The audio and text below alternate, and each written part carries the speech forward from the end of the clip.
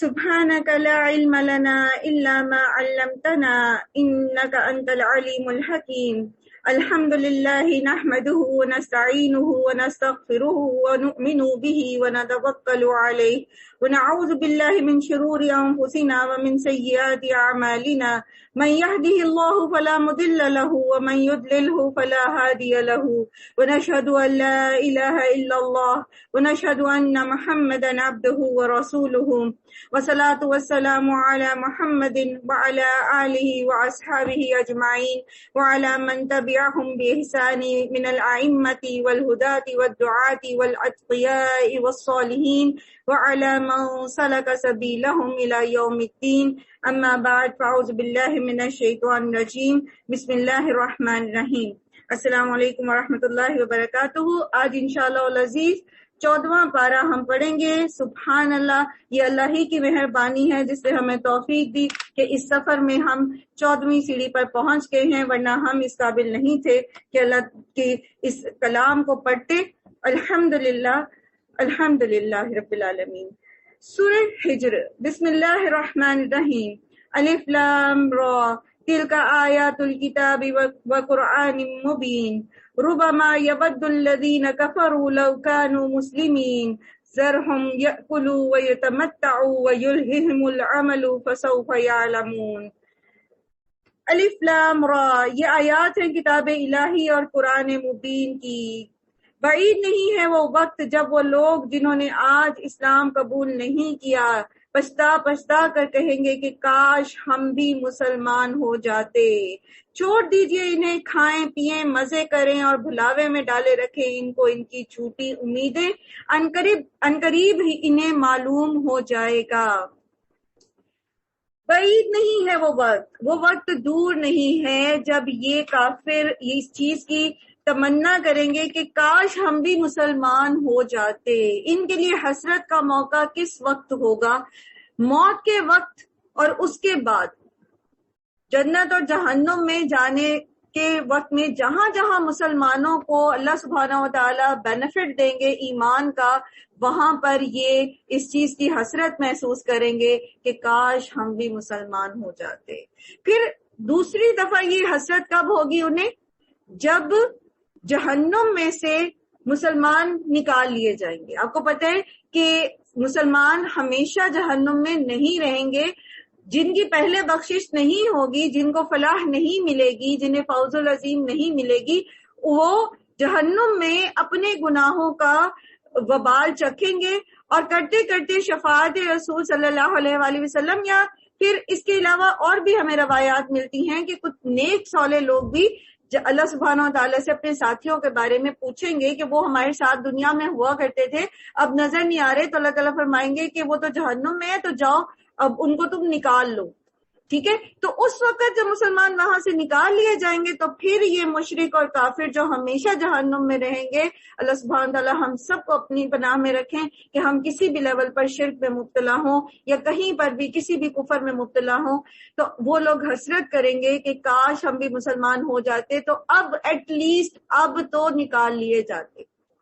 اللہ سبحانہ تعالیٰ فرماتے ہیں ذرہم یأکلوا ویتمتعوا ویلہہم العمل.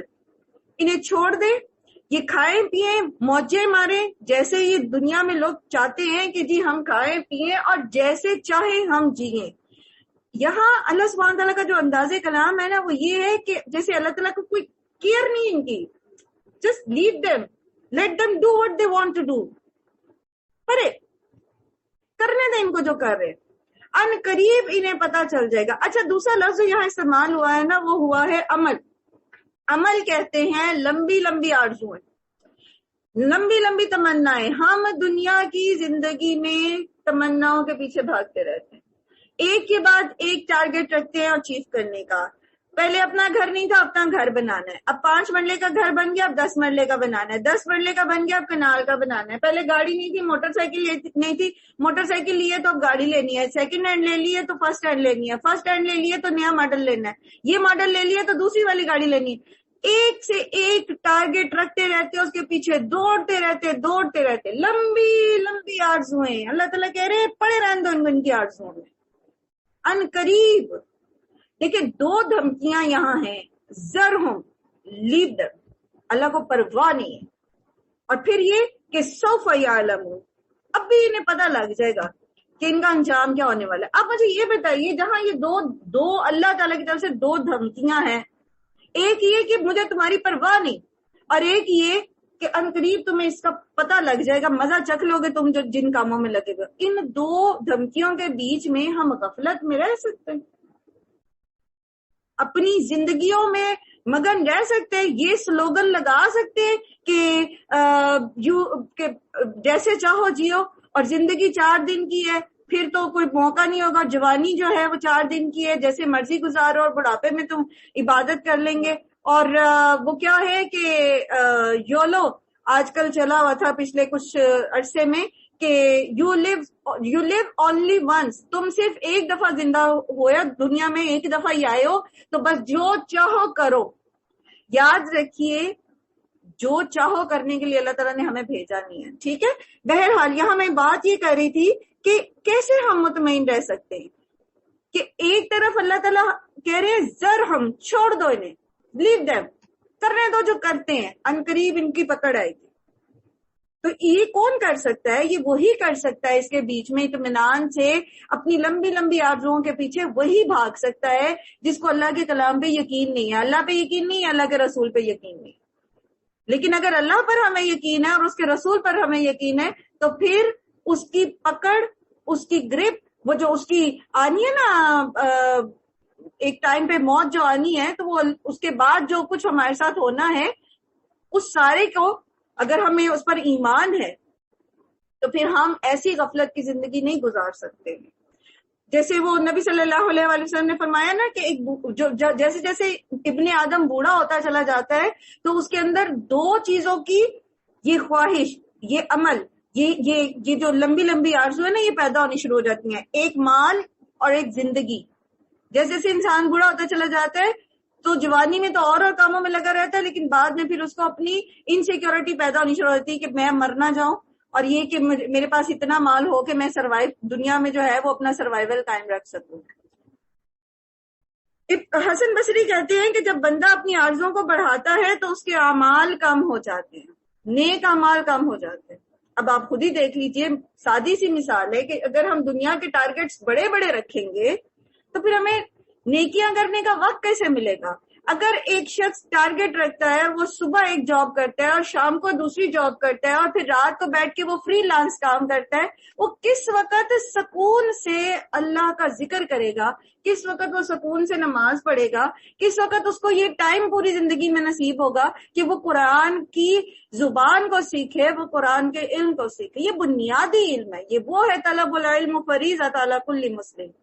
اس کو تو اس کا ٹائم بھی نہیں ملے گا، اور ایسی مثالیں ہمارے ارد گرد پھیلی ہیں، بلکہ ہم سب شاید اسی مثال کی جو ہے وہ ایک ایک مثال ہوں گے۔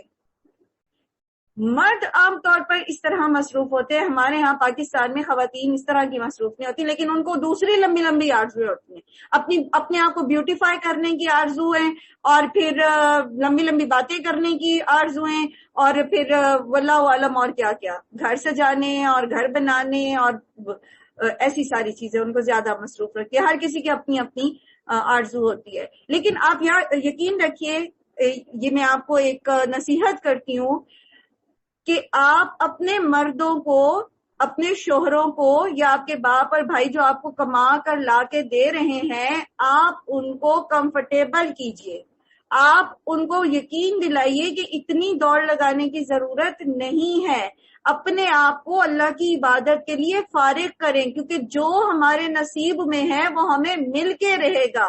رزق ابن آدم کا پیچھا کرتا ہے، جتنا رزق اللہ نے اس کے نصیب میں لکھا ہے، ہم جتنی مرضی دوڑے لگاتے رہیں، ملنا اتنا ہی ہے جتنا اللہ نے ہمارے نصیب میں لکھا ہے۔ تو کیوں نہ ہم اپنے آپ کو اللہ کی عبادت کے لیے فارغ کریں، اور یہ کام کرنا ہے عورتوں نے، اپنے مردوں کو فارغ کروائیے، تھوڑا سا وقت دلائیے ان کو، ان کے ذہنی بوجھ ہلکے کیجئے کہ کوئی بات نہیں، گاڑی پرانی ہے تو کوئی بات نہیں، گاڑی تو ہے نا، چلتی تو ہے نا، ہمارا کام تو پورا ہو رہا ہے نا. گھر اگر چھوٹا ہے تو کوئی بات نہیں, ہم رہ رہے ہیں نا اس میں, اللہ نے ہمیں ایک محفوظ شرط دے رکھی ہے نا. خدارا آگے کے آگے ٹارگٹ مت مقرر کر کے دیجئے انہیں کہ وہ بیچارے چکی کے بیل کی طرح گول گول گول گول گھومتے رہے, اور جب ریٹائر ہوں تو ہڈیوں میں یہ قوت بھی نہ رہے کہ لمبا قیام کر سکے یا رکوع اور سجود کر سکے. تو یہ کام آپ کے کرنے کا ہے. ان کو کمفرٹیبل کیجئے, اپنی ضرورتوں کی لسٹیں کم کیجئے, اور ان کو بھی یہ ریئلائز کرائیں کہ اس دنیا میں ہمیشہ ہم نے نہیں رہ جانا کہ اگر ایک گھر ہے تو ہم دوسرا بھی خرید لیں, اب 2 خرید لیے تو 4 اور خرید لیں. ضرورت کی چیزوں پر فوکس رکھیں, اپنی اور بچوں کی تربیت پر فوکس رکھیں, ٹائم اپنے لیے نکالیں. اپنے لیے, یہ آپ اپنے لیے ٹائم نکالتے ہیں جب آپ اللہ کی عبادت کرتے ہیں, کیونکہ اس کا فائدہ کس کو ہونا ہے؟ ہمیں ہی ہونا ہے. اور اگر ہم اس کے لیے وقت نہیں نکالتے تو آخرت میں جو سب سے بڑا خسارہ ہونا ہے وہ بھی ہمیں ہی ہونا ہے. اللہ سبحانہ تعالیٰ فرماتے ہیں نا کہ تو انفسکم واہلیکم نارا, بچاؤ خود کو اور اپنے گھر والوں کو آگ سے. تو یہ کس کو کہا گیا ہے؟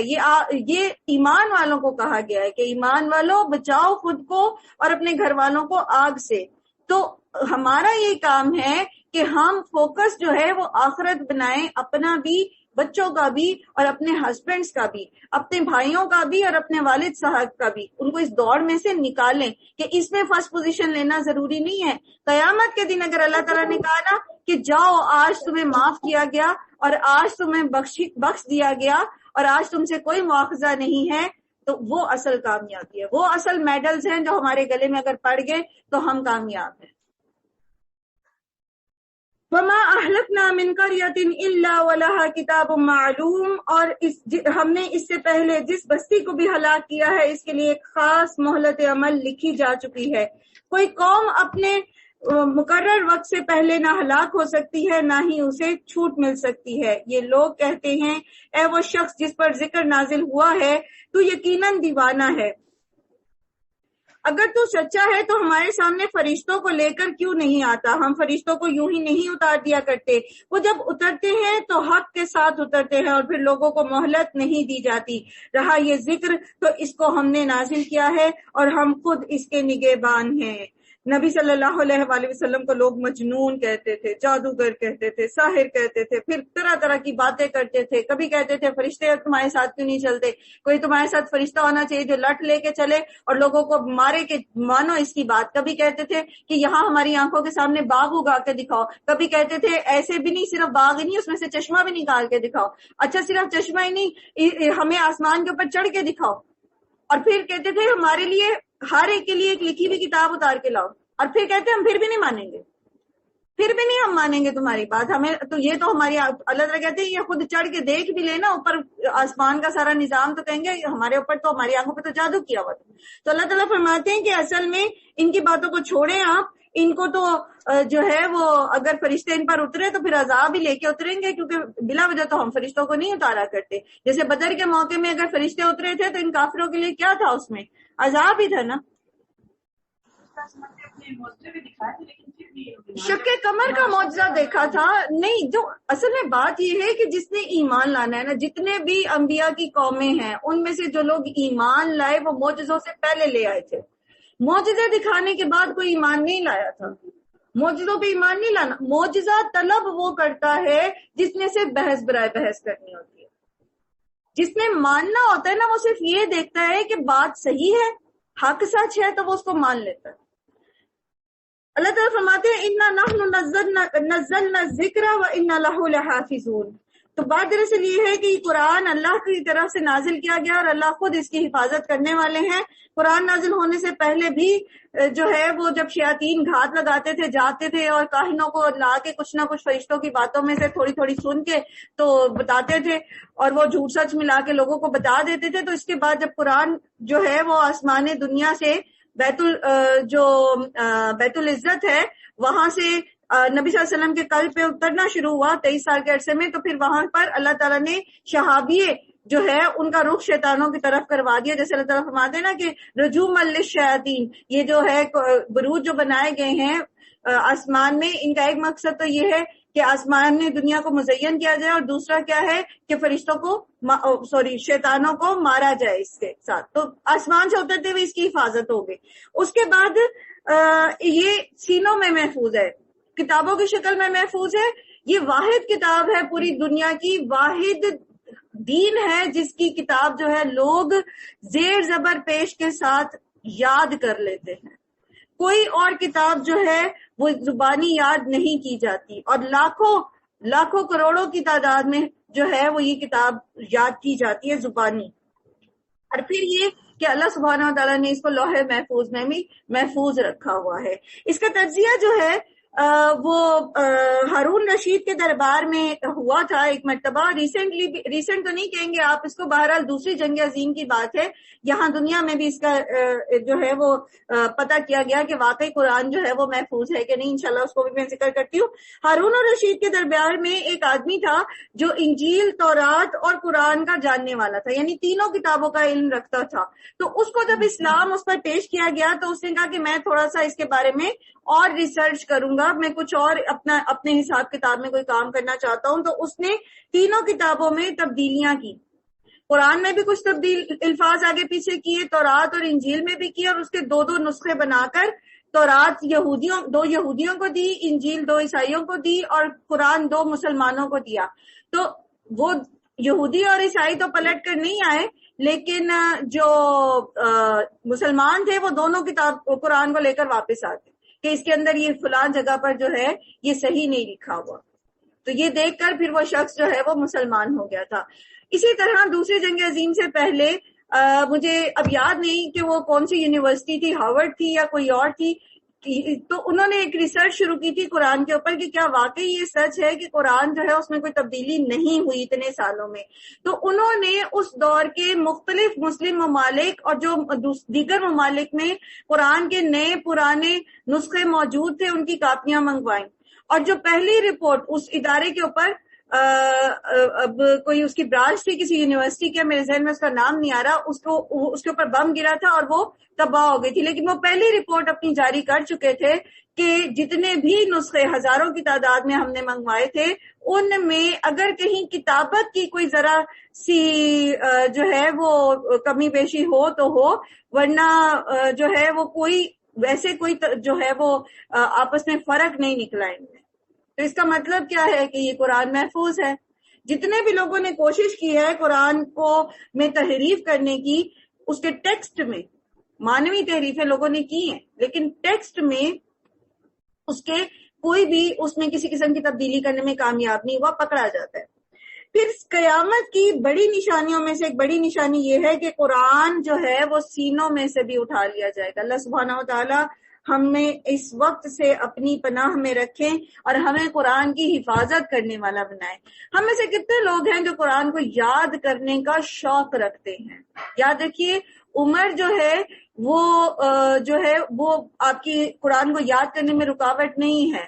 ٹھیک ہے، ایسی بہت ساری مثالیں موجود ہیں کہ لوگوں نے 60 سال کی عمر میں قرآن جو ہے وہ یاد کرنا شروع کیا اور وہ انہوں نے یاد کر لیا. ٹھیک ہے، اگر پورا مکمل قرآن حفظ نہیں کر سکتے تو کچھ حصہ تو حفظ کرنے کا شوق رکھیں نا. اس کا اجر کتنا زیادہ ہے، اور آپ کوشش تو کریں، آپ اللہ سے دعا تو کریں. تو زبانی یاد کرنا شروع کیجئے اس کو تھوڑا تھوڑا جتنا بھی ہو سکتا ہے. اور پھر اپنی چھوٹی صورتیں 30واں پارہ ماشاءاللہ بہت آسان ہے، زبان پر رواں ہو جاتا ہے. پھر اسی طرح آپ جب بار بار پڑھتے رہتے اپنے ٹارگٹس رکھ لیجئے. شروع میں ہم نے رمضان کے آغاز میں یہ ٹارگٹ رکھا تھا کہ جو میری ریگولر کلاس کے بچے ہیں ان سے ہم نے یہی کہا تھا کہ 30واں پارہ کوشش کرنی ہے کہ ہم رمضان میں حفظ کر لیں. اور اگر جنہوں نے پہلے سے 30واں کیا ہوا ہے تو وہ 29ویں کو بنا لیں، کچھ اور صورتوں کو کر لیں، چھوٹی چھوٹی جو بھی مطلب پڑھنا چاہتے ہیں وہ نمازوں میں. اپنی نمائی نمازیں بھی تو خوبصورت ہو جاتی ہیں نا جب ہم اس میں صورتیں پڑھتے ہیں. وَلَقَدْ أَرْسَلْنَا مِن قَبْلِكَ فِي شِيَعِ الْأَوَّلِينَ، اے محمد صلی اللہ علیہ وسلم ہم آپ سے پہلے بہت سی گزری ہوئی قوموں میں رسول بھیج چکے ہیں. کبھی ایسا نہیں ہوا کہ ان کے پاس کوئی رسول آیا ہو اور انہوں نے اس کا مذاق نہ اڑایا ہو. مجرمین کے دلوں میں تو ہم اس ذکر کو اسی طرح سلاخ کے مانند گزارتے ہیں، یعنی ان کے دلوں میں یہ چبھن کا سبب بن جاتا ہے. کیوں چبھن کا سبب بنتا ہے؟ کیونکہ ایک طرف اندر جو صحیح اچھی والی فطرت ہوتی ہے وہ بتا رہی ہوتی ہے کہ یہ صحیح ہے، اور دوسری طرف نفس جو ہوتا ہے وہ کہتا ہے بات نہیں ماننی. تو پھر ایسا بندہ سکون میں نہیں رہ سکتا. تو وہ اسی طرف یہاں پر اشارہ ہے. وہ اس پر ایمان نہیں لایا کرتے. قدیم سے اس قماش کے لوگوں کا یہی طریقہ چلا آ رہا ہے. اگر ہم ان پر آسمان کا کوئی دروازہ کھول دیتے ہیں اور وہ دن دہاڑے اس میں چڑھنے بھی لگتے ہیں, تب بھی وہ یہی کہتے ہیں کہ ہماری آنکھوں کو دھوکا ہو رہا ہے, بلکہ ہم پر تو جادو کیا گیا ہے. یہ ہماری کار فرمائی ہے کہ آسمان میں ہم نے بہت سے مضبوط قلعے بروج بنا رکھے ہیں. ٹھیک ہے, سیارے ستارے یہ سارے اس میں آ جاتے ہیں. ان کو دیکھنے والوں کے لیے ان کو مزین کر دیا گیا ہے, اور ہر شیطان مردود سے ان کو محفوظ کر دیا گیا ہے. وَحَفِظْنَاهَا مِنْ كُلِّ شَيْطَانٍ الرَّجِيمٍ. کوئی شیطان اس میں راہ نہیں پا سکتا الا یہ کہ کچھ سنگن لے. اور جب وہ سنگن لینے کی کوشش کرتا ہے تو ایک شعلہ روشن اس کا پیچھا کرتا ہے. ہم نے زمین کو پھیلایا, اس میں پہاڑ جمائے, اس میں ہر نوع کی نباتات ٹھیک ٹھیک نپی تلی مقدار کے ساتھ اگائی, اور اس میں معیشت کے اسباب فراہم کیے تمہارے لیے بھی اور بہت سی مخلوقات کے لیے جن کے رازق تم نہیں ہو. ہم کتنا یہ خیال کرتے ہیں کہ شاید فلاں تو میرے ہی وظیفے پہ چل رہا ہے, اور فلانے کا تو میں نے ہی راشن باندھ رکھا ہے تو شاید اس کا گزارا ہو رہا ہے. اور کتنا ہمارے دل میں اس نیکی کو کرنے کے بعد تکبر بھی بعض اوقات پیدا ہوتا ہے, اور پھر اگر وہ بندہ ہمارے لیے شکر گزار نہیں ہوتا یا ہماری کسی بات کے لیے وہ ہماری طرفداری نہیں کرتا تو ہم کتنے دل تنگ ہوتے, اور بعض اوقات تو پھر ہم اس سے ہاتھ روک بھی لیتے ہیں. تو یاد رکھیے, ہم کسی کو رزق نہیں دیتے, چاہے وہ چڑیاں ہیں, چاہے وہ طوطے ہیں, چاہے وہ آپ کے پیٹس ہیں, چاہے وہ انسان ہیں. ہم کسی کو رزق نہیں دیتے. اگر آپ اپنی تنخواہ میں سے آپ نے کسی کے لیے کچھ حصہ مقرر کر رکھا ہے, یاد رکھیے وہ اللہ نے آپ کی کمائی میں اس کا حصہ رکھا تھا. آپ اس کو دینا چھوڑ کے دیکھیں, کمائی میں سے اتنی پرسنٹیج کم ہو جائے گی کہ وہ تھا ہی اس کا حصہ, وہ آپ کا تھا ہی نہیں. ہم کسی کو کچھ نہیں دیتے, یاد رکھیے. ہم تو خود اللہ کے سامنے جو ہیں وہ عاجز ہیں, ہم تو خود اس سے رحمت کے طلبگار ہیں, اس سے رزق کے طلبگار ہیں. ہم کسی کو کیا دے سکتے ہیں؟ جو بھی ہم کسی کو ہمارے واسطے سے ملتا ہے وہ اللہ ہی نے ہمیں دیا ہوتا ہے, تاکہ ہماری بھی آزمائش ہو جائے, ہم اجر بھی کما لیں, اور دوسرے کا جو ہے اس کی بھی آزمائش ہو جائے, اور اس تک اس کی ضرورت کی چیز بھی پہنچ جائے. کوئی چیز ایسی نہیں جس کے خزانے ہمارے پاس نہ ہوں, اور جس چیز کو بھی ہم نازل کرتے ہیں ایک مقرر مقدار میں نازل کرتے ہیں. یاد رکھیے کہ مایوسی اور کسی کی نعمت دے کے حسد کرنے کی تو گنجائش ہی نہیں ہے. جس نے اس کو دیا ہے وہ آپ کو بھی دے سکتا ہے. اللہ کے خزانوں میں کوئی کمی ہے کہ آپ کے بڑے بھائی کو نئے ماڈل کی گاڑی مل گئی ہے تو کیا آپ کو نہیں مل سکتی؟ تو ہم اس سے حسد کیوں کریں, ہم اللہ سے کیوں نہ مانگے؟ تو حسد یا مایوسی اسی لیے اتنے بڑے گناہ ہیں کیونکہ انسان انسانوں کو دیکھ کر سمجھتا ہے کہ شاید یہ مجھے نہیں مل سکتا. تو مل سکتا ہے, لیکن بات دراصل یہ ہے کہ وَمَا نُنَزِّلُهُ إِلَّا بِقَدَرٍ مَعْلُومٍ, کہ اللہ تعالیٰ تمام چیزیں جو ہیں وہ اپنے خزانوں میں سے ایک خاص اندازے کے ساتھ اتارتے ہیں. اللہ کو بہتر پتا ہے کہ اللہ نے عاصمہ اویس کو کتنا دینا ہے, اللہ نے محسنہ کو کتنا دینا ہے, اور نعیمہ مسعود کو کتنا دینا ضروری ہے. اللہ تعالیٰ کو بہتر پتا ہے کہ کس کو کتنا دیا تو اس کے لیے خیر ہے, اور اگر اس کو تھوڑا سا زیادہ دے دیا تو اس میں اس کے لیے خیر نہیں ہے, یا اس سے کم دیا تو اس میں اس کے لیے خیر نہیں ہے. تو یہ اللہ کے اندازے ہیں. اللہ کا اندازہ ہے کہ کتنی بارش برسنی چاہیے, اللہ تعالیٰ کا اندازہ ہے کہ کتنا دیر دھوپ چمکانی ہے. یہ سب اللہ سبحانہ و تعالیٰ کے اندازے, اور اللہ سبحانہ و تعالیٰ سے بہتر قدرت والا کوئی بھی نہیں ہے. بارآور ہواؤں کو ہم ہی بھیجتے ہیں, ہم آسمان سے پانی برساتے ہیں اور اس پانی سے تمہیں سیراب کرتے ہیں. اس دولت کے خزانہ دار تم نہیں ہو. زندگی اور موت ہم دیتے ہیں اور ہم ہی سب کے وارث ہونے والے ہیں. پہلے جو لوگ تم میں سے گزرے ہیں ان کو بھی ہم نے دیکھ رکھا ہے, اور بعد کے آنے والے بھی ہماری نگاہ میں ہیں. یقیناً تمہارا رب ان سب کو اکٹھا کرے گا, وہ حکیم بھی ہے اور علیم بھی ہے. ہم نے انسان کو سڑی ہوئی مٹی کے سوکھے گارے سے بنایا، اور اس سے پہلے جنوں کو ہم آگ کی لپٹ سے پیدا کر چکے تھے۔ پھر یاد کرو اس موقع پر جب تمہارے رب نے فرشتوں سے کہا کہ میں سڑی ہوئی مٹی کے سوکھے گارے سے ایک بشر پیدا کر رہا ہوں، جب میں اسے پورا بنا چکوں اور اپنی روح سے کچھ پھونک دوں تو تم سب اس کے آگے سجدے میں گر جانا۔ وَنَفَخْتُ فِيهِ مِن رُوحِي، یاد رکھیے یہاں روح کی نسبت اپنی طرف کرنے کی وجہ یہ ہے کہ اللہ سبحانہ وتعالیٰ اس سڑی ہوئی مٹی کے گارے سے بنے ہوئے آدم کو رسپیکٹ دینا چاہتے تھے، اس لیے اللہ تعالیٰ نے اس روح کو اپنی طرف نسبت دی ہے۔ اور انسان کو اللہ تعالیٰ نے کوالٹیز دی ہیں، جیسے رحم کی کوالٹی دی ہے، جیسے اللہ سبحانہ تعالیٰ نے اس کو جو ہے وہ سوچنے سمجھنے کی، سننے کی اور بولنے کی جو ہے وہ صلاحیتیں دی ہیں۔ یہ صفات اللہ سبحانہ و تعالیٰ نے دی ہیں۔ تو روح کی نسبت اپنی طرف کرنے کا مطلب یہ نہیں کہ نعوذ باللہ ثم نعوذ باللہ کوئی اللہ سبحانہ و تعالیٰ نے اپنے کسی حصے میں سے انسان کے اندر کوئی حصہ ڈال دیا ہے۔ یہ وہ عقیدہ ہے جو وحدت الوجود جو لوگ عقیدہ رکھتے ہیں، تو یہ ان کا عقیدہ ہے، اور پھر وہ یہی عقیدہ ان کو اس بگاڑ کی طرف لے کے جاتا ہے کہ وہ الوہیت میں بھی پھر مخلوق کو شریک کر لیتے ہیں، کہ جب مخلوق جو ہے وہ نعوذ باللہ معبود کا ایک پارٹ ہی ہے تو اس کو سجدہ کر لیں گے، اس کو سجدہ کر لیں، سب برابر ہے۔ اس لیے یہ کانسیپٹ ہمارا کلیئر ہونا چاہیے۔ چنانچہ تمام فرشتوں نے سجدہ کیا سوائے ابلیس کے کہ اس نے سجدہ کرنے والوں کا ساتھ دینے سے انکار کر دیا۔ اس کے رب نے پوچھا، ابلیس تجھے کیا ہوا؟ تو نے سجدہ کرنے والوں کا ساتھ کیوں نہ دیا؟ اس نے کہا، یہ میرا کام نہیں کہ میں اس بشر کو سجدہ کروں جسے تو نے سڑی ہوئی مٹی کے سوکھے گارے سے پیدا کیا ہے۔ تکبر۔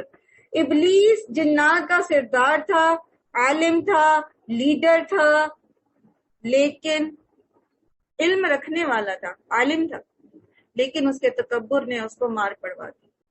ہمیں اس چیز کے لیے بہت کانشیس رہنا چاہیے۔ یہ صرف ابلیس کا امتحان نہیں تھا، ہمارا بھی یہ امتحان۔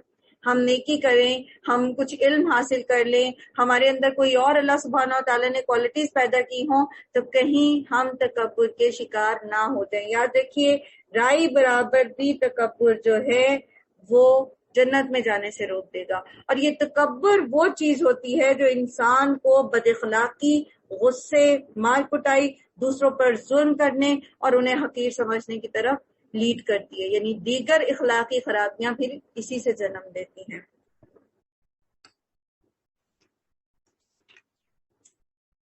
رب نے فرمایا، اچھا تو نکل جا یہاں سے کیونکہ تو مردود ہے اور اب روز جزا تک تجھ پر لعنت ہے۔ اس نے عرض کیا، میرے رب یہ بات ہے تو پھر مجھے اس روز تک کے لیے مہلت دے جبکہ سب انسان دوبارہ اٹھائے جائیں گے۔ فرمایا، اچھا تجھے مہلت ہے اس دن تک جس کا وقت اللہ کو معلوم ہے، جس کا وقت ہمیں معلوم ہے، یعنی اللہ سبحانہ وتعالیٰ کے سوا کسی کو بھی قیامت کب قائم ہوگی یہ وقت معلوم نہیں ہے۔ وہ بولا، میرے رب جیسا کہ تو نے مجھے بہکایا، یہ پہلے بھی ہم نے پڑھا تھا نا، یہ کس کا وصف ہے کہ غلطی خود کرو اور سر دوسرے کے سر پہ ڈال دو، یہ شیطان کا وصف ہے، ٹھیک ہے۔ میں اب زمین میں ان کے لیے دل فریبیاں پیدا کر کے ان سب کو بہکا دوں گا۔ یاد رکھیے شیطان جیسے ہی دنیا میں انسان آتا ہے اس کے پیچھے اپنا ایک چیلا لگا دیتا ہے اور پھر وہ اس کو بہکانے کی ہر لمحہ کوشش کرتا رہتا ہے۔ اس میں جو اس کی ٹیکنیک ہے وہ یہ ہے کہ وہ دنیا کو خوبصورت کر کے دکھاتا ہے، دنیا کو میٹھا میٹھا دکھاتا ہے، دنیاوی زندگی کے ٹارگیٹس ہماری آنکھوں کے سامنے رکھتا ہے۔ اس نے یہی کہا نا کہ لَأُزَيِّنَنَّ لَهُمْ فِي الْأَرْضِ، زمین میں جو کچھ ہے وہ میں ان کے لیے خوبصورت بنا دوں گا۔ اب دیکھیے کہ ہماری کچھ ہابیز ہوتی ہیں اور وہ بعض ہابیز جو ہیں جیسے صرف پینٹنگ کرنا، اور صرف ہابی کے طور پر پینٹنگ کرنا یا اسکیچنگ کرنا، جیسے آج کل بچے اسکیچنگ کرتے ہیں، 2 گھنٹے ایک تصویر بنانے میں لگا دیتے ہیں اور پھر اس کے بعد اس کو پھاڑ کے پھینک دیتے ہیں۔ تو یہ کیا ہے؟ بڑا مزہ آ رہا ہوتا ہے انہیں وہ کام کرنے میں، مزین کر دیا نا شیطان نے، وقت کو ایسے بھی ضائع کیا جا سکتا ہے، تم بڑا اچھا کام کر رہے ہو، واو کیپ اٹ اپ۔ پھر وہ کہتا ہے کہ میں سب کو بہکا دوں گا سوائے تیرے ان بندوں کے جنہیں تو نے ان میں سے خالص کر لیا ہو۔ مخلص جو ہوتا ہے، مخلص اللہ کے لیے خالص، جو شرک نہیں کرتا، جو شجرۃ الطیبہ کی طرح ہوتا ہے۔ اور آپ اس چیز کا تجربہ آپ سب کو ہوگا کہ خالص چیزیں اپنا رنگ نہیں بدلا کرتی. جو خالص چیزیں ہوتی ہیں، جو اچھی چیزیں ہوتی ہیں، وہ اپنی خصوصیات برقرار رکھتی ہیں، اور جب ان کے اندر کھوٹ شامل ہونا شروع ہو جاتی ہے تو پھر ان کی کوالٹی خراب ہونی شروع ہو جاتی ہے. تو مخلص بندے جو ہوتے ہیں، جو اللہ کی توحید پر ایمان رکھتے ہیں، توحید کو سمجھتے ہیں، شرک سے بچتے ہیں اور گناہوں سے بچنے کی کوشش کرتے ہیں، تو پھر اللہ تعالیٰ بھی انہیں شیطان کے پھندوں میں آنے سے بچا لیتے ہیں. یہ راستہ ہے جو سیدھا مجھ تک پہنچتا ہے. بے شک جو میرے حقیقی بندے ہیں ان پر تیرا بس نہ چلے گا، تیرا بس تو صرف ان بہکے ہوئے لوگوں پر ہی چلے گا جو تیری پیروی کریں، اور ان سب کے لیے جہنم کی وعید ہے. پیچھے آپ نے سورہ ابراہیم میں بھی یہ پڑھا تھا نا کہ یہ کہتے ہیں کہ میں نے تو تمہیں صرف آئیڈیا دیا تھا. تو شیطان تو صرف آئیڈیا ہی ڈال سکتا ہے ہمارے دماغ میں، وسوسہ ڈال سکتا ہے. تو جو لوگ اس کی پیروی کرنا چاہتے ہیں، جو اس کا ہاتھ پکڑ لیتے ہیں اس کے آئیڈیا کے پیچھے، تو پھر ان کو لے کر وہ بہکا دیتا ہے اور جہنم تک لے جاتا ہے. لیکن جو اس کا آئیڈیا وہیں پر ڈراپ کر دیتے ہیں اور اس کا ہاتھ نہیں پکڑتے، تو وہ ان کو زبردستی نہیں بہکا سکتا. تو ہمیں اللہ سے دعا کرنی چاہیے کہ اللہ تعالیٰ ہمیں شیطان کے شر سے اپنی پناہ میں رکھ، اور تو ہمارا ہاتھ تھام کے رکھ، ہمیں شیطان کے ہاتھ میں ہمارا ہاتھ نہ جانے دینا. کیونکہ شیطان جو ہے وہ انسان کے جسم میں خون کی طرح دوڑ رہا ہے، اور اس کے لشکر جو ہیں وہ زمین میں پھیلے ہوئے ہیں، اور وہ خاص طور پر جب لوگ اللہ کی طرف آنا شروع ہوتے ہیں نا تو وہ اپنے لشکروں کے ساتھ ان پر حملہ کرتے ہیں. وہ دائیں سے بھی آئے گا، بائیں سے بھی آئے گا، سامنے سے بھی آئے گا، پیچھے سے بھی آئے گا. ایک طرف سے بندے کو متاثر نہیں کر سکا، دوسری طرف سے کرے گا، وہاں سے نہیں کر سکا، کسی اور کو جا کے اس کے خلاف بھڑکائے گا. وہ اپنی کوشش نہیں چھوڑتا، وہ سوتا نہیں ہے، وہ جاگتا رہے گا. اور ہم غفلت میں پڑ جاتے. جہاں ہم غفلت میں پڑے، ہم نے اللہ کے ذکر سے غفلت کی. ہم نے کل وہ آیت سیکھی تھی نا کہ جو رحمان کے ذکر سے غفلت کرتا ہے تو اس کے اوپر شیطان مسلط کر دیا جاتا ہے. تو شیطان سے بچنے کا کیا طریقہ ہے پھر؟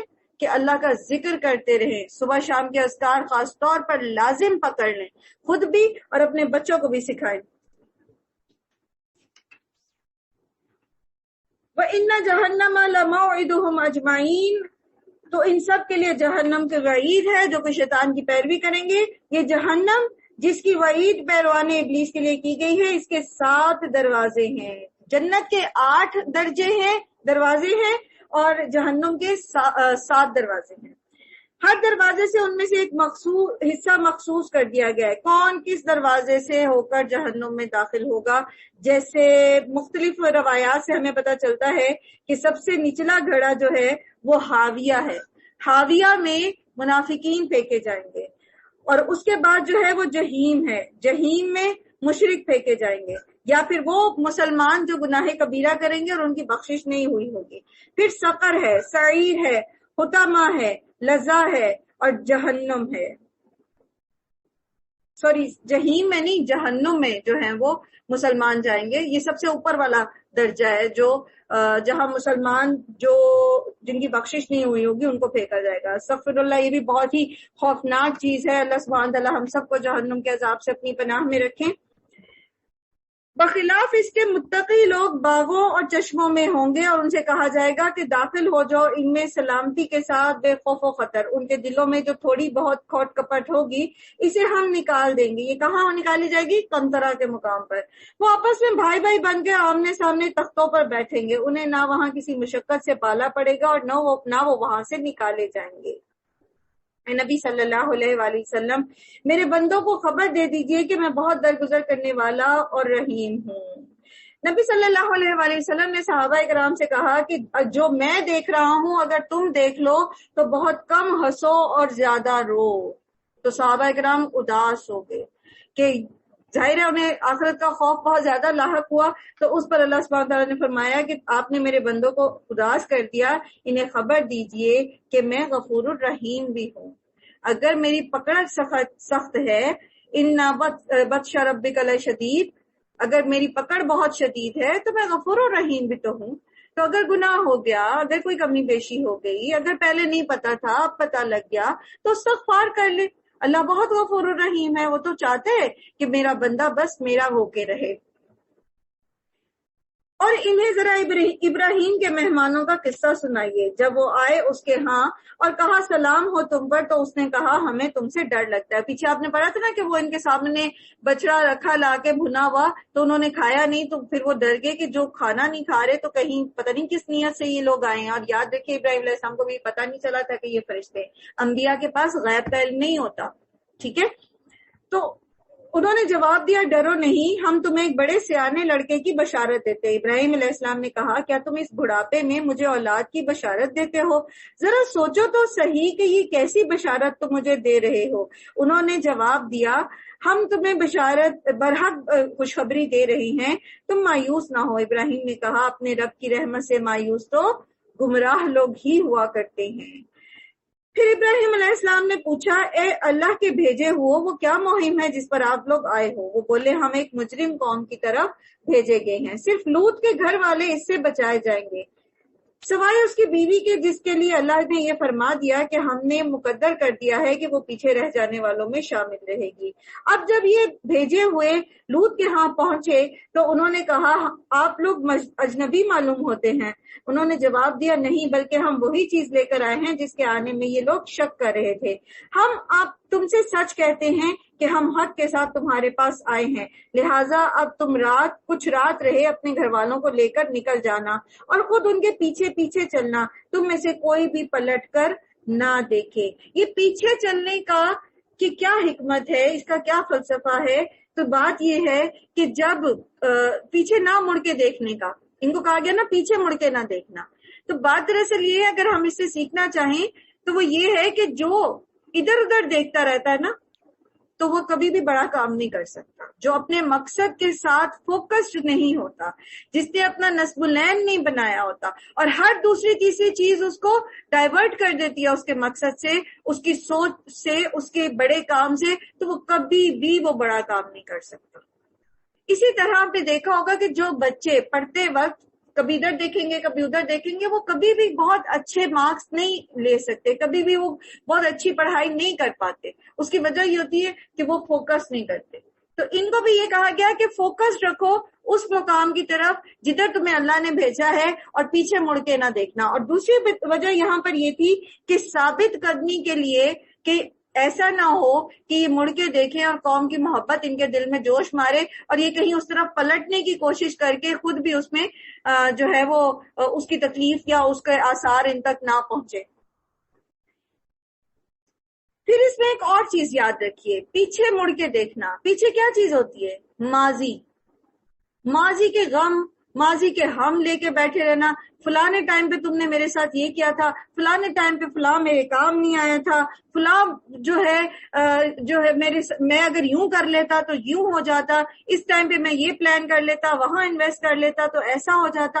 تو ماضی کے غم اور فلاں میری زندگی میں آیا تھا اور چلا گیا، فلاں فوت ہو گیا، اور ہر وقت اسی غم و ہم کو لے کے بیٹھے رہے، تب بھی انسان جو ہے وہ پروڈکٹیو نہیں ہو سکتا. یاد رکھیے نہ تو ہم گزرے ہوئے ماضی کو بدل سکتے ہیں اور نہ ہمارا اختیار آنے والے کل پر ہے. کل کس نے دیکھی ہے؟ کیا پتا وہ کل آنی ہے کہ نہیں آنی. تو الان جو اب اس وقت ہمارے پاس جو لمحہ موجود ہے، کامیاب ترین لوگوں کی جب آپ آٹو بایوگرافی پڑھتے ہیں تو اس کے اندر جو بنیادی چیز ہوتی ہے وہ یہ ہوتی ہے کہ ان کا فوکس جو ہے وہ اس وقت پر ہوتا ہے جس وقت موجودہ وقت میں وہ کام کر رہے ہوتے ہیں. تو جب ہم کامیاب ہونا چاہتے ہیں تو پھر ہمیں اپنے الان کو، اپنے آج کو بہتر بنانا ہے. جو ہو چکا اس کو ہم بدل نہیں سکتے، ہاں اس پہ صبر کیجیے اور اجر کمائیے. جو آنے والا ہے اس کے خوف اور اس کی پریشانی میں اپنے آپ کو مبتلا کر کے اپنے آپ کو پروڈکٹیو کاموں سے نہ روکیے. میں نے بہت ساری خواتین دیکھی ہیں سارا دن بیٹھی رہتی ہیں صوفے پہ یوں کر کے کہ پتہ نہیں کیا ہوگا، بیٹی کا رشتہ کیسے ہوگا. بات یہ ہے کہ آپ اپنے طور پر جتنے اسباب اختیار کر سکتے ہیں وہ تو آپ کریں گے، اس کے آگے آپ کے اختیار میں نہیں ہے، اس کے آگے ہونا وہی ہے جو اللہ سبحانہ و تعالیٰ کو منظور ہے. تو مستقبل کا خوف نہ کریں، اللہ کے حوالے کریں، وہ بہتر کارساز ہے. ہم کچھ اور پلان کرتے ہیں جو دوسرے کا ستیہ ناش کرنے والی چیز ہوتی ہے، لیکن اللہ تعالیٰ کہیں زیادہ بہتر پلانر ہے. تو اس لیے بار بار پیچھے مڑ کے دیکھنا جو ہے یہ کہیں پر بھی پسندیدہ چیز نہیں ہے. فرشتوں نے ان سے کہا بس سیدھے چلے جاؤ جدھر جانے کا تمہیں حکم دیا جا رہا ہے، اور اسے ہم نے اپنا یہ فیصلہ پہنچا دیا کہ صبح ہوتے ہی ان لوگوں کی جڑ کاٹ دی جائے گی۔ اتنے میں شہر کے لوگ خوشی کے مارے بے تاب ہو کر لوط کے گھر چڑھ آئے۔ لوط نے کہا بھائیو یہ میرے مہمان ہیں، میری فضیحت نہ کرو، اللہ سے ڈرو، مجھے رسوا نہ کرو۔ وہ بولے کیا ہم بارہا تمہیں منع نہیں کر چکے کہ دنیا بھر کے ٹھیکیدار نہ بنو؟ لوط نے عاجز ہو کر کہا اگر تم نے کچھ کرنا ہی ہے تو یہ میری بیٹیاں موجود ہیں، یعنی قوم کی بیٹیوں میں تمہیں دلچسپی لینی چاہیے، ان سے نکاح کرو۔ اللہ سبحانہ تعالیٰ فرماتے ہیں لَعَمْرُكَ إِنَّهُمْ لَفِي سَكْرَتِهِمْ يَعْمَهُونَ، آپ کی جان کی قسم ہے نبی، اس وقت ان پر ایک نشہ سا چڑھا ہوا تھا۔ یاد رکھیے یہ ایڈکشن ہوتی ہے، یہ جو نفسانی خواہشات ہوتی ہے نا، یہ جو ایسی موویز دیکھنا، ایسی پکچرز دیکھنا اور اس طرح کی جو خرافات ہیں، یہ نفسیاتی بیماریاں ہوتی ہیں، یہ بالکل ایک ایڈکشن نشے کی طرح ہوتی ہیں۔ جس طرح کسی ہیروئن یا کسی اور چیز کے نشے کا علاج کیا جاتا ہے، اسی طرح ان ایڈکشنز کا بھی علاج کیا جائے گا۔ کس طرح ہو سکتا ہے؟ نفسیاتی طور پر سائیکولوجیکل ٹریٹمنٹ، اور وہ اس میں دو حصے ہیں۔ یہ جن لوگوں کو ایسی بیماریاں ہوتی ہیں نا، جو حق راستے کو چھوڑ کر اپنی نفسانی خواہشات کو پورا کرنے کے لیے جو ہے وہ ایسی ایسی موویز دیکھتے ہیں یا ایسی ایسی حرکتیں کرتے ہیں، تو ان کے لیے آپ کیا کریں گے؟ ان کو پازیٹیو ایکٹیویٹیز کی طرف لے کر جانا اور ان سورسز کو بند کرنا جہاں سے وہ اس میں انڈلج ہو رہے ہیں، اور ان کا اللہ سبحانہ و تعالیٰ کے ساتھ تعلق جوڑنا۔ نمبر 1 پہ یہی آتا ہے کہ اللہ کے ساتھ تعلق جوڑنا۔ اور اگر ہم اس کا علاج نہیں کرتے نا، تو پھر یہ دیکھ لیجیے اللہ تعالیٰ فرماتے ہیں آپ کی جان کی قسم، ان کے اوپر تو نشہ سا چڑھا ہوا تھا، نبی کی بات ان کو سمجھ نہیں آ رہی، کوئی بات انہیں سمجھ نہیں آ رہی۔ تو پھر کیا ہوا ان کا انجام؟ اللہ تعالیٰ کہتے ہیں آخرکار پو پھٹتے ہی ان کو ایک زبردست دھماکے نے آ لیا، اور ہم نے اس بستی کو تلپٹ کر کے رکھ دیا اور ان پر پکی ہوئی مٹی کے پتھروں کی بارش برسا دی۔ اس واقعے میں بڑی نشانیاں ان لوگوں کے لیے جو صاحب فراست ہے، للمتوسمین،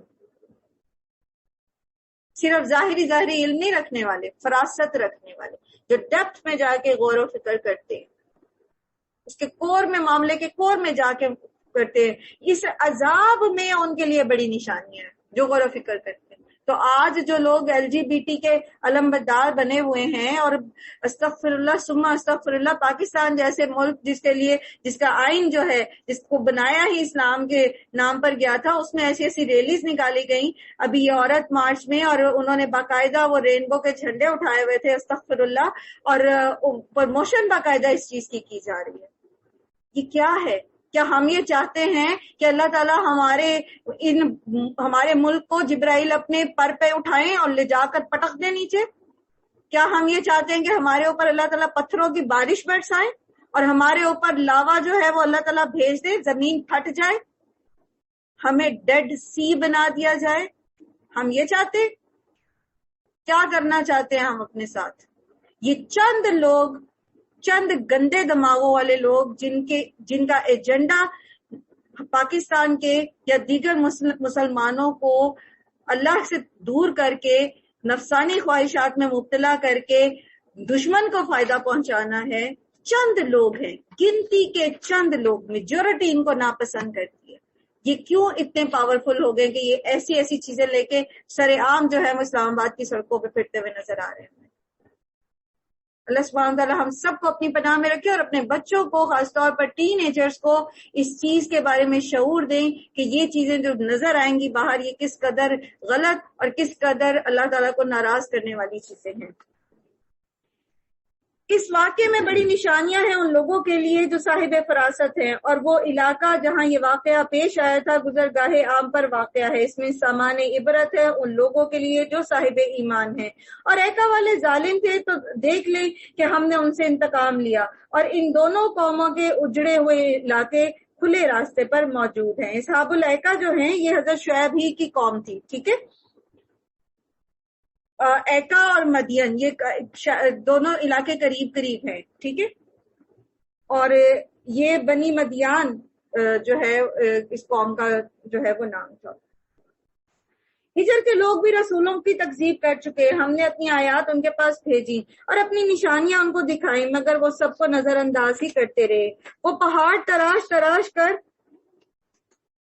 مکان بناتے تھے اور اپنی جگہ بالکل بے خوف اور مطمئن تھے۔ آخرکار ایک زبردست چیخ نے ان کو صبح ہوتے ہی آ لیا اور ان کی کمائی ان کے کچھ کام نہ آئی۔ ہم نے زمین اور آسمان کو اور اس میں موجود تمام موجودات کو حق کے سوا کسی اور بنیاد پر تخلیق نہیں کیا ہے، اور فیصلے کی گھڑی یقیناً آنے والی ہے۔ پس اے محمد صلی اللہ علیہ وآلہ وسلم، آپ ان کی بےہودگیوں پر شریفانہ درگزر سے کام لیجئے، یقیناً آپ کا رب سب کا خالق ہے اور سب کچھ جانتا ہے۔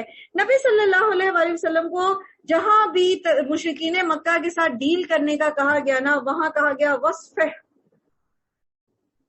آپ صفحن جمیلہ، ایک جگہ ہے وصف صفحن جمیلہ، پھر اسی طرح یہاں پر آتا ہے وصف صفح الجمیل، یہی ہے وہ آیت۔ تو یہ خوبصورتی کے ساتھ درگزر کرنا، یہ کیوں کہا گیا؟ اصل میں مشرکین مکہ جو ہیں، ان کی جو بحثیں تھی نا، یا دیگر مشرکین بھی جہاں کے بھی ہوتے ہیں، ان کی جو بحثیں ہوتی ہیں نا، اسے بحث برائے بحث ہوتی ہے۔ تو وہ اگر ہم سے جھگڑا کرتے ہیں یا وہ ہم سے بحث کرتے ہیں تو ان کا بحث کا جواب دینے کا فائدہ کوئی نہیں ہے۔ اگر انہوں نے اسلام قبول کرنا ہوتا تو وہ کھلی نشانیاں اللہ کی دے کر یا قرآن کریم سن کر وہ قبول کر لیتے، لیکن وہ نبی صلی اللہ علیہ وآلہ وسلم سے بحثیں کیوں کر رہے تھے؟ کیونکہ وہ صرف آپ صلی اللہ علیہ وآلہ وسلم کو زج کرنا چاہتے تھے۔ تو اللہ تعالیٰ نے یہ نسخہ دے دیا کہ جو لوگ آپ سے بحث برائے بحث کرتے ہیں، آپ ان سے درگزر کریں اور خوبصورتی سے درگزر کریں۔ کوئی بیچ میں آپ وہ بھی نہ لے کر آئیں کہ کہیں کوئی تانا شانہ دینا یا کوئی ناک منہ چڑھانا، بس ٹھیک ہے، اعراض برتن سے آئزن الجاہلین، اور اپنا کام اپنا وقت جو ہے وہ اپنے کام پر فوکس کرے، وہاں پر کام جو ایک جسے کہتے ہیں نا کہ جو ہماری زندگی کا مقصد ہے، جو ٹارگٹ ہے ہمارا، جو اللہ کو راضی کرنے کا کام ہے، اس کی طرف لگیں۔ جب ہم لوگوں کو ان کی باتوں کے جواب دینے میں وقت ضائع کریں گے تو پھر ہمارے پاس عبادت کا وقت نہیں بچتا، اور پھر یہ کہ دماغ اتنا پراگندہ ہو جائے گا انسان کا کہ وہ کچھ بھی اچھی پازیٹیو جو ہے وہ کریٹو کام نہیں کر سکتا۔ تو اسی اللہ تعالیٰ نے نبی صلی اللہ علیہ وسلم سے کہا کہ آپ ان سے جو ہے وہ درگزر سے کام لیجئے اور خوبصورت درگزر، یقیناً آپ کا رب سب کا خالق ہے، سب کچھ جانتا ہے۔ ہم نے آپ کو ایسی 7 آیات دی ہیں جو بار بار دہرائی جانے کے لائق ہے۔ سورہ فاتح کی طرف اشارہ ہے، اور آپ کو قرآن عظیم عطا کیا۔ آپ اس متاع دنیا کی طرف آنکھ اٹھا کر نہ دیکھیں جو ہم نے ان میں سے مختلف قسم کے لوگوں کو دے رکھی ہیں، نہ ان کے حال پر اپنا دل کوڑھائیں۔ انہیں چھوڑ کر ایمان لانے والوں کی طرف جھک جائیے اور نہ ماننے والوں سے کہہ دیجئے کہ میں تو صاف صاف تنبیہ کرنے والا ہوں۔ دنیا کی کیسی ہی نعمت کیوں نہ ہو، آخرت کے مقابلے میں وہ ہیچ ہے۔ دنیا میں اللہ تعالیٰ نے کافروں کو جو کچھ بھی دے رکھا ہے وہ مسلمانوں کے لیے اگر دنیا میں کوئی آزمائش ہے بھی تو آخرت میں اس کا بہترین بدلہ ہے۔ اس لیے دوسروں کو اللہ تعالیٰ نے جو نعمتیں دے رکھی ہیں ان کو دیکھنے کی بجائے ہمیں یہ دیکھنا چاہیے کہ ہم آخرت میں اپنے لیے کیسا مکان جو ہے وہ تیار کر رہے ہیں۔ ایک مرتبہ ایک ریشم کپڑا آیا، برا بن عازب کہتے ہیں، تو ہم اس ریشم کو دیکھ کر اس کی تعریفیں کر رہے تھے کہ بہترین ریشم ہے، کتنا خوبصورت۔ تو آپ صلی اللہ علیہ وسلم نے فرمایا کہ تم اس کو دیکھ کے تعجب کرتے ہو، جنت میں سعد بن معاذ کا رومال بھی اس سے کہیں زیادہ اچھا ہے۔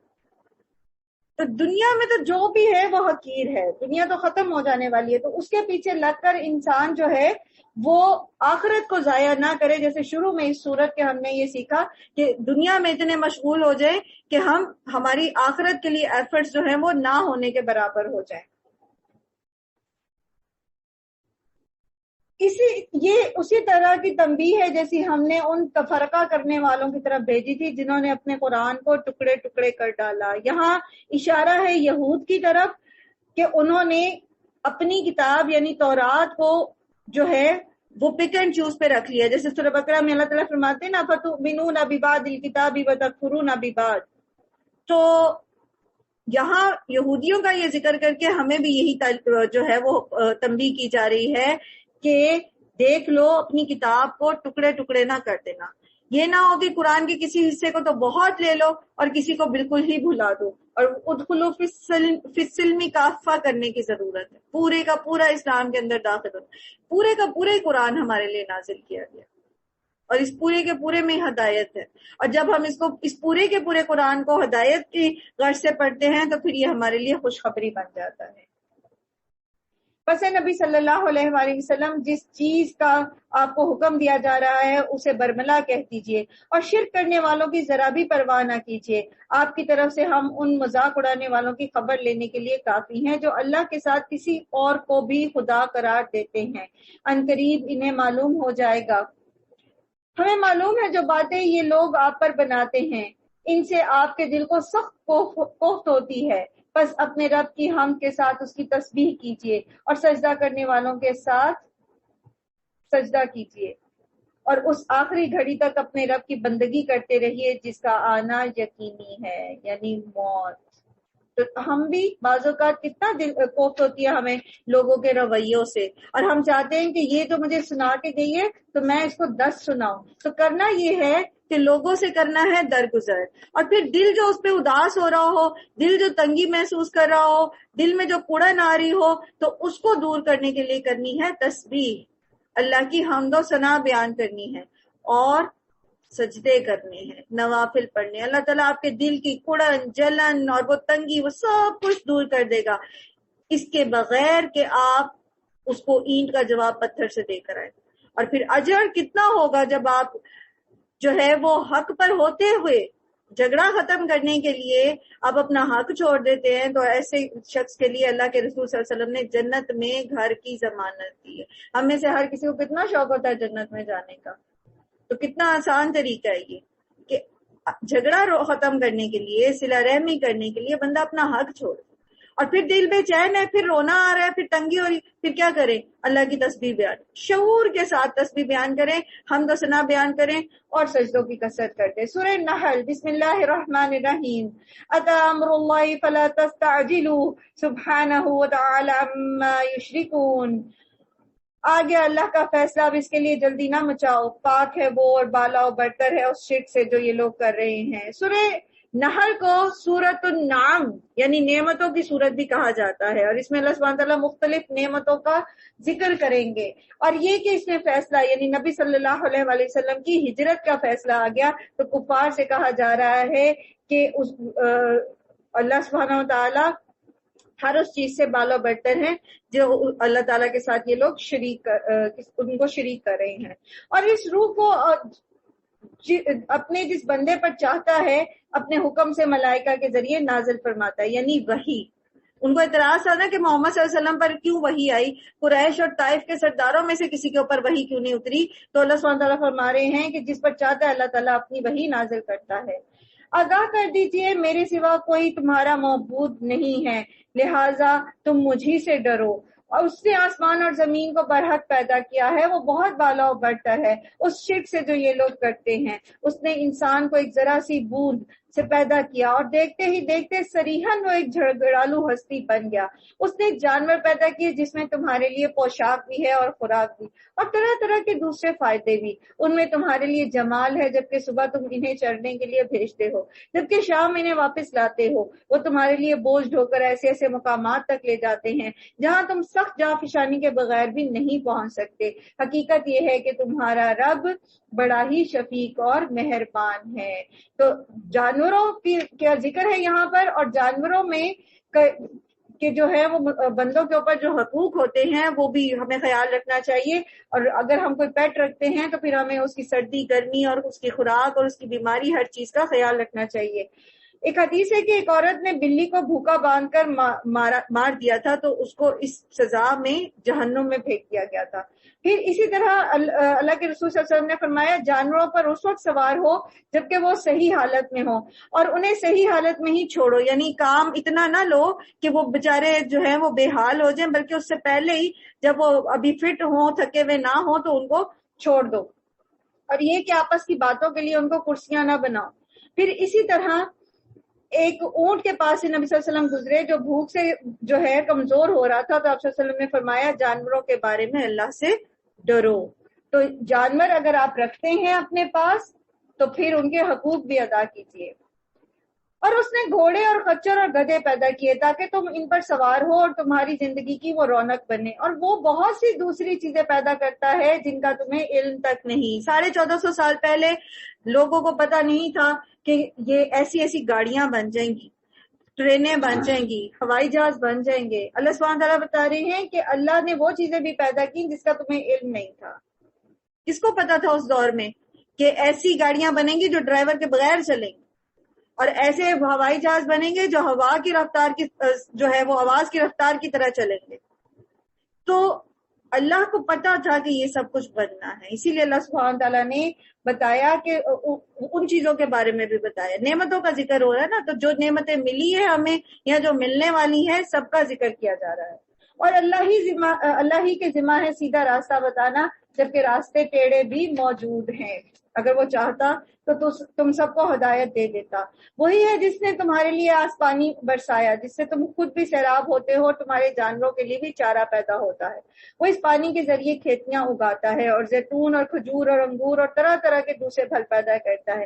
اس میں ایک بڑی نشانی ہے ان لوگوں کے لیے جو وہ فکر کرتے ہیں. اس نے تمہاری چھوٹے چھوٹے شاپ پر لے کے پالوے. اس نے تمہاری بھلائی کے لیے رات اور دن کو اور سورج اور چاند کو مسخر کر رکھا ہے، اور ستارے بھی اس کے حکم سے مسخر ہیں. ان میں بہت سی نشانیاں ہیں ان لوگوں کے لیے جو عقل سے کام لیتے ہیں. اور یہ بہت سی رنگ برنگ کی چیزیں اس نے تمہارے لیے زمین میں پیدا کر رکھی ہیں. اس میں بھی ضرور نشانیاں ہیں ان لوگوں کے لیے جو سبق حاصل کرنے والے ہیں. آپ دیکھیے قدرت میں رنگ کتنے متناسب ہیں، بہترین تناسب کے ساتھ جو ہے بھی میں کتنے کھانی بہترین تناسب کے ساتھ جو ہے اللہ سبحانہ و تعالیٰ نے رنگ کائنات میں پیدا کی ہیں. اگر آپ غور کریں اور آپ یہ دیکھیں کہ یہ آسمان جو ہے اس کا جو یہ رنگ اس وقت آپ کو نظر آ رہا ہے، اگر یہ اس سے ڈارک ہوتا، ڈارک پرپل ہو جاتا یا ڈارک بلو ہو جاتا یا بلیک ہو جاتا تو پھر کیا ہوتا؟ اندھیرا ہو جاتا. آپ کو جو ہے وہ سورج کی روشنی کی یہ جو 7 کلر بینڈ کی جو لائٹ آپ کے پاس آتی ہے یہ نہ پہنچ سکتی، آپ وہ فائدے نہ اٹھا سکتے. تو رنگ بھی متناسب. پودوں کے آپ رنگ دیکھ لیں، پتوں کے رنگ دیکھ لیں. کوئی پتے جو ہیں ان کے اندر جو ہے وہ سٹریکس ہوتی ہیں، کوئی پتے جو ہیں وہ زیادہ سبز ہوتے ہیں. وہ کیوں ہیں؟ کیونکہ کسی کو جو ہے وہ کس طرح خوراک بنانے کی ضرورت ہے اور کسی کو کسی طرح خوراک بنانے کی ضرورت ہے. کسی کی ریکوائرمنٹ کچھ اور ہے، کسی کی کچھ اور. سبحان اللہ، اللہ کی کائنات میں نشانیاں بکھری ہوئی ہیں. واقعی اگر کوئی غور و فکر کرنا چاہے تو اس کے لیے بہت اس میں نشانیاں ہیں. لیکن ہم اندھے بہرے بن کر جیسے پیدا ہوتے ہیں اسی طرح مر جاتے ہیں اور اللہ کی کائنات پہ غور و فکر ہی نہیں کرتے. اور تبھی تو ہماری نمازوں میں خضوع و خشوع نہیں آتا، تبھی تو اللہ کی پڑھائی ہمارے دل میں نہیں پیدا ہوتی، کیونکہ ہم نے کبھی کائنات میں غور و فکر ہی نہیں کیا. ہم بڑے بڑے مالز میں جا کے چمکتی بتیاں دیکھ کے تو خوش ہوتے ہیں، لیکن ہم نکل کے اللہ کی بنائی ہوئی تخلیق، جو اللہ کی بنائی ہوئی مخلوق ہے، جو اس کی تخلیق ہے، اس پر ہم غور کرنے کا ٹائم نہیں نکالتے. آج کل سب کی جو ہے اللہ سبحانہ تعالیٰ کہتے ہیں کل سیروا فی الارض، زمین میں چلو پھرو. ہماری چلت پھرت کیا ہو گئی ہے جی؟ فلاں مال پہ چلے جائیں، فلاں ہوٹل میں چلے جائیں، یہ ہوگی ہماری آؤٹنگ. شاپنگ کرنے چلے جائیں. تو اس سے تو کوئی ہمیں نشانیاں اللہ کی نظر نہیں آنی، اور اس سے تو کوئی ہم نے علم نہیں سیکھنا. ہاں وہی ہے جس نے تمہارے لیے سمندر کو مسخر کر رکھا ہے تاکہ تم اس سے تر و تازہ گوشت لے کر کھاؤ، اور اس سے زینت کی وہ چیزیں نکالو جنہیں تم پہنا کرتے ہو. تم دیکھتے ہو کہ کشتی سمندر کا سینہ چیرتی ہوئی چلتی ہے. یہ سب کچھ اس لیے ہے کہ تم اپنے رب کا فضل تلاش کرو اور اس کے شکر گزار بنو.